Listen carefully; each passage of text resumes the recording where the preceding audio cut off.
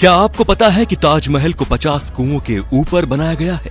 ताजमहल को बनाने वाले मजदूरों ने शाहजहां से नाराज होकर जानबूझकर ताजमहल में एक बड़ी गलती छोड़ दी थी। इस वीडियो में मैं आपको ताजमहल से जुड़े कुछ ऐसे रहस्य के बारे में बताऊंगा जिन्हें सुनकर आपके रोंगटे खड़े हो जाएंगे। ऐसा माना जाता है कि ताजमहल का निर्माण साल 1631 में शुरू हुआ था और साल 1653 में यह बनकर तैयार हो गया था और इसे आज भी निर्माण कुशलता का एक विशाल नमूना कहा जाता है। शोधकर्ताओं ने इस पर कई शोध किए हैं और उनका मानना है कि ताजमहल के नीचे 1000 से भी ज्यादा कमरे हैं। उनका मानना है कि ताजमहल जितना ऊंचा है ये धरती के अंदर उतनी ही गहराई में बनाया गया है। जिस जमाने में ताजमहल को बनाया गया था उस जमाने में किले से बाहर निकलने के लिए रास्ते बनाए जाते थे और ऐसा ही ताजमहल के अंदर से भी है। इसके नीचे से भी एक रास्ता है जो कहीं बाहर निकलता है, लेकिन ताजमहल के रहस्यमयी तहखानों की तरह उस रास्ते को शाहजहां के समय से ही बंद करवा दिया गया।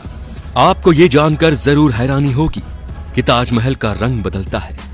दिन के अलग अलग पहर के हिसाब, सुबह देखने पर ताज गुलाबी दिखता है, शाम को सफेद दिखता है और चांदनी रात में सुनहरा दिखता है। ऐसा सफेद संगमरमर पर सूरज और चांद की रोशनी पड़ने के कारण होता है। ऐसा कहा जाता है कि ताजमहल के निर्माण के वक्त भूत और जिन्न इनकी नींव नहीं रखने दे रहे थे। वे बार बार इसे ध्वस्त कर रहे थे और कारीगरों को डराकर भगा देते थे। ऐसे में शाहजहां ने भूत और जिन्न को वहां से भागने के लिए हुमायूं की राय ली। हुमायूं ने शाहजहां को अरब में बुखारा सर के पीर हजरत अहमद बुखारी को बुलाने का सुझाव दिया था। इसके बाद शाहजहां के हाथों नींव रखवाकर ताजमहल को बनवाने का काम शुरू करवा दिया गया। तब कहीं जाकर इसका निर्माण हुआ। साल 1934 में दिल्ली के एक निवासी ने दीवार पर एक छेद के जरिए ताजमहल के तहखाने में जो कमरे थे उन्हें झांक कर देखा था। उस आदमी ने देखा कि वो कमरा स्तंभों से बना एक बड़ा हॉल था और वो स्तंभ हिंदू देवी देवताओं की मूर्तियों से भरे पड़े थे, जिसे देखकर लगता है कि किसी ने हिंदू मूल को छुपाने का पूरा प्रयास किया था। वहां के स्थानीय लोगों का भी मानना है कि ताजमहल एक हिंदू मंदिर था जो तेजो महल के नाम से प्रसिद्ध था। बाद में इसे ताजमहल का रूप दिया गया, परंतु सच्चाई क्या है ये कोई नहीं जानता। आज भी किसी को नहीं पता कि भारतीय पुरातत्व सर्वेक्षण ने 22 कमरों को इसलिए बंद रखा है ताकि इस कमरे में छिपी सच्चाई के चलते भविष्य में कोई तंगे न हो।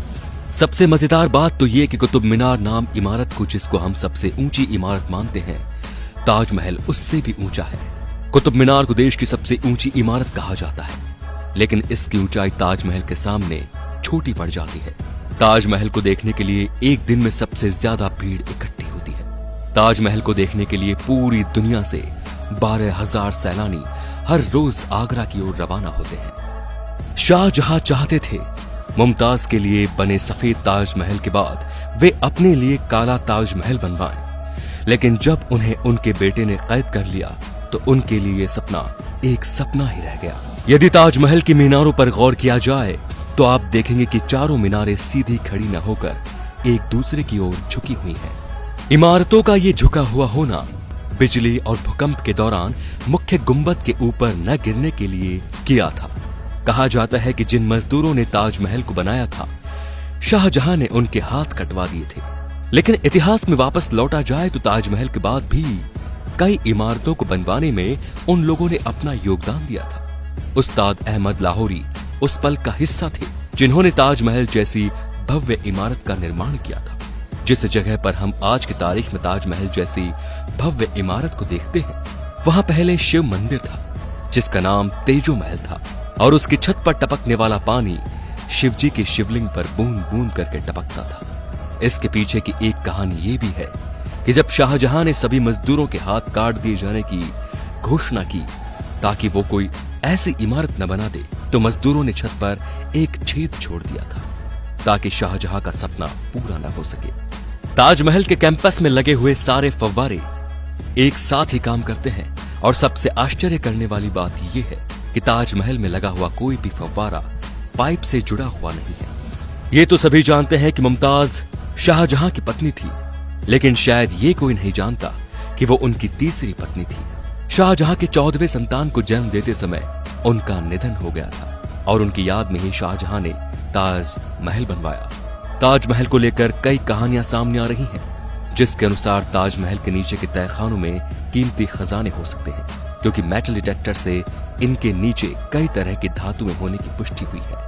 लेकिन आर्कियोलॉजिस्ट का ये मानना है कि इसके अंदर कई ऐसे ऐतिहासिक दस्तावेज भी हो सकते हैं जो हमारे इतिहास तक को भी बदल सकते हैं। इन तहखानों की खोज और उनकी खबरें तो काफी आई, लेकिन इन्हें कभी खोला नहीं जा सका।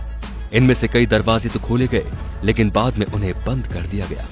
आज भी सभी लोग सेल्फी के दीवाने हैं, लेकिन जॉर्ज हैरिसन नाम के इस व्यक्ति ने फिश आइसलैंड्स की मदद से उस समय सेल्फी ली थी जब सेल्फी का दौर नहीं था।